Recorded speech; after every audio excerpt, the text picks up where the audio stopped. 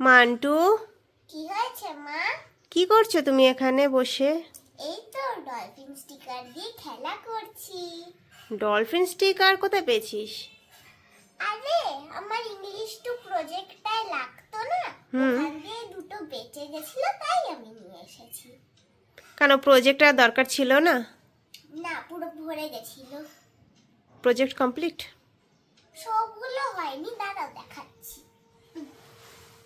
এই যে আমার প্রজেক্টের সব মেটেরিয়াল, বাপরে দেখো কত কিছু।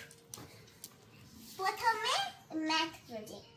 এটা ম্যাথ প্রজেক্ট? হ্যাঁ, এটা হচ্ছে অ্যাবাকাস, বিন্দি দিয়ে করতে হয়েছে এগুলো।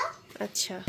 এক একটা খোপে খোপে এখানে যেই কটা নাম্বার সেরকম ভাবে টিপগুলো বসাতে হয়েছে। আচ্ছা, তোর ইংলিশ টু প্রজেক্টটা দেখি ডলফিন দিয়ে কি করেছিস। দেখাচ্ছি, ওটা অনেক ইউনিক।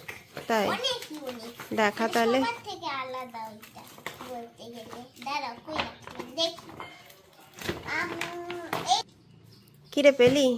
এই যে পেয়েছি, খাই তোমাকে।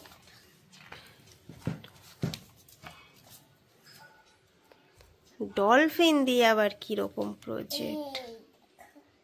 আরে বাহ, এটা প্রজেক্ট ইংলিশ টু এর? এটা কি লেখা আছে এখানে? এখানে আছে থ্যাংক ইউ ডলফিন, নিচে একটা সুন্দর ডলফিনের ছবি আঁকা।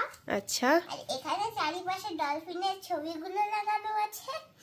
আর লেখা thank you dolphin for saving my life. আচ্ছা। I am very grateful to you আচ্ছা। For rescuing me from the pirate. বাহ, তাহলে এটা ইংলিশ টু প্রজেক্টটা তো হেভি ইউনিক। হ্যাঁ, হেভি ইউনিক, সবার থেকে ইউনিক। দারুণ হয়েছে কিন্তু।